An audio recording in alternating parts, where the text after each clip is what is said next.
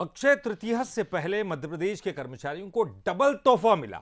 मंगलवार को हुई कैबिनेट की बैठक में नई ट्रांसफर पॉलिसी पर मुहर लगी तो अब कर्मचारियों को केंद्र के समान डीए भी मिलेगा।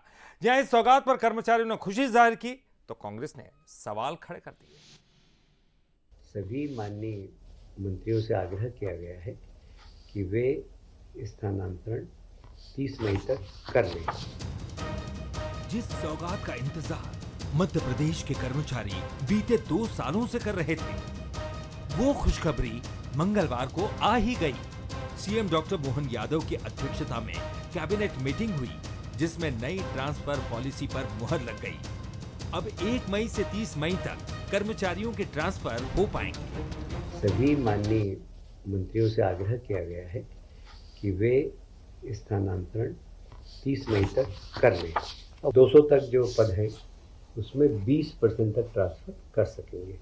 वो 201 से लेकर 1000 तक कुल उसमें 15% ट्रांसफर कर सकेंगे और 1001 से लेकर 2000 तक की संख्या तक में 5%, 10% ट्रांसफर कर पाएंगे।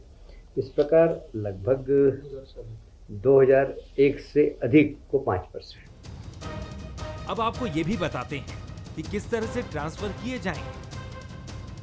मंत्री और प्रभारी मंत्री कर सकेंगे तबादले। विभागों में पदवार तबादलों का प्रतिशत भी तय। 200 पोस्ट पर हो सकेंगे 20% तबादले। 201 से 1000 पोस्ट पर 15% ट्रांसफर। 1001 से 2000 तक 10% तबादले। 2001 से ज्यादा पर 5% तबादले हो सकेंगे। स्वैच्छिक ट्रांसफर भी इसी में शामिल है। 1 से 30 मई तक कर्मचारियों के ट्रांसफर हो पाएंगे। मध्य प्रदेश के 7.5 लाख कर्मचारी होंगे प्रभावित। साल 2022 में आखिरी बार हुए थे ट्रांसफर। माना जा रहा है कि इस फैसले के बाद 2 से 3 लाख कर्मचारियों पर असर पड़ेगा। सरकारी मुलाजिमों में इसे लेकर खुशी है तो बीजेपी इसे कर्मचारियों के हित में बता रही है। मुझको लगता है माननीय मुख्यमंत्री जी ने ये बहुत अच्छा निर्णय लिया है, क्योंकि बहुत दिनों से ये ट्रांसफर हो नहीं रहे थे।